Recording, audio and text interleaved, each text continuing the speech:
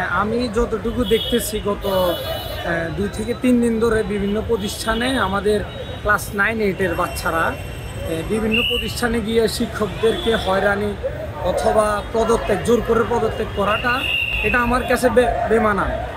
আর যেহেতু বাংলাদেশে এখন একজন কেয়ারটেকার অথবা অন্তর্বর্তীকালীন সরকার আছে, দায়িত্বশীল আছে, তো সেইখানে অবশ্যই সেটা দায়িত্বশীলদের অবগতি করে এই কাজটা করা উচিত। আর এখানে আমাদের শিক্ষার্থীদের কাজ হচ্ছে হলো প্রতিষ্ঠানের নিজের শৃঙ্খলা বজায় রেখে যে কোনো সুষ্ঠু সুন্দরভাবে পড়াশোনার পাশাপাশি বৈষম্য দূর করা।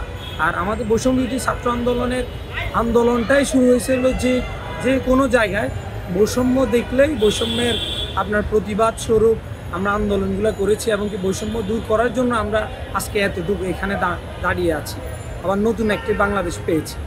তো এখানে আমাদের যারা শিক্ষার্থী আছে, কোমলমতি মেধাবী শিক্ষার্থীরা, তারা আমি মনে করি তাদের বুদ্ধিভিত্তিক চিন্তা করে আমরা আরেকটু আমাদের দিক নির্দেশনা দেওয়া উচিত। এবং কি আমাদের যারা গতকালকে আপনারা দেখেছেন আমাদের সমন্বয়ক, যারা সিনিয়র সমন্বয়ক আছে, ওনারা বলেছেন এভাবে করে সুষ্ঠু তদন্ত না হওয়া পর্যন্ত এবং কি আইনশৃঙ্খলা বাহিনীর মাধ্যম ছাড়া এভাবে কাউকে পদত্যাগ করা যায় না এবং কি দায়িত্বশীলের জায়গায় এভাবে কখনো হেনস্থা করা যায় না।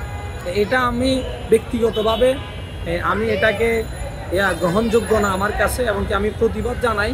যারাই কাজ করতেছেন হয়তো তাদের জায়গা থেকে তারা পজিটিভভাবে নিচ্ছেন না, এবং কি এখানে অনেকে অভিযোগ জানাচ্ছেন যে শিক্ষকরা আন্দোলনে তাদেরকে বাধা প্রদান করে এবং কি তাদেরকে জোর জবরদস্তি করে আপনার পদত্যাগ করায়, বিভিন্ন শিক্ষার্থীদেরকে স্কুল থেকে টিসি দেওয়ার দুমকি দেওয়া হয়।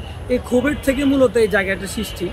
আর এই ক্ষোভের জায়গাটা আমি মনে করি দেন এটা যারা সিনিয়র আছেন, শিক্ষক শুধু উনি না, শিক্ষক তো আরও আছে, তো ওনারা ওনাদের দায়িত্বশীল জায়গা থেকে যদি রাজনৈতিক ব্যানার ইউজ না করে বা রাজনৈতিক পরিচয় যদি বহন না করতো, আশা করি আমি মনে করি এই দুর্যোগের সময়, বন্যার পরিস্থিতির সময় এই নতুন করে এই সমস্যাটা সৃষ্টি হইতো না।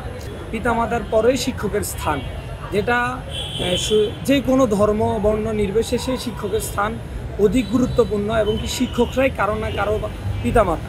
তো সেই হিসাবে আমি মনে করি দেন এই যে আপনার উগ্র আচরণ, এটা বৈষম্যবিরোধী ছাত্র আন্দোলন এটা মেনে নিয়ে নেয় এবং কি এটার প্রতি সমর্থন দেয় না। বরং আমরা চাই দেন যারা এখানে, যেহেতু একটা রেজিম সরকার ছিল, খুনি সরকার ছিল, তখন এই সরকারের সকল প্রতিষ্ঠানে তাদের দলীয়করণ ছিল, তো সেই হিসাবে শিক্ষকরা এক প্রকার বাধ্য ছিল এই কাজগুলোতে জড়িত হওয়ায়।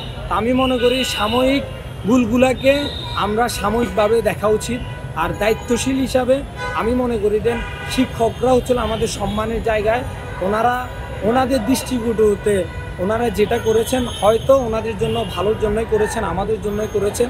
তা আমি একজন সন্তান হিসাবে, একজন শিক্ষার্থী হিসাবে শিক্ষকদেরকে আমি গভীরভাবে মনের থেকে শ্রদ্ধা নিবেদন করতেছি, এভাবে যাতে আর কোথাও এই উদ্দেশ্য প্রণোদিত বা উচ্ছৃঙ্খল কর্মকাণ্ড না হয়, এটা আমি প্রতিবাদ জানাচ্ছি। আমার ভাই বোনদেরকে বলবো আমরা আরও একটু ধৈর্য ধারণ করি।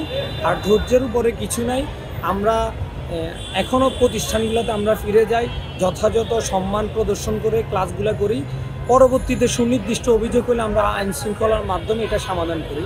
আমরা আপাতত উচ্ছৃঙ্খলতা না করে আমাদের সুনাম, আমাদের শিক্ষকদের অপমান যাতে না হয় এবং কি বিশ্ববাসীর কাছে যাতে আমরা হাসির পাত্র না হই, সেই হিসাবে আমি তাদের প্রতি বার্তা রাখবো। একজন মেধাবী হিসাবে মেধাবীদেরকে অবশ্যই মেধার মতো চলাফেরা করা উচিত।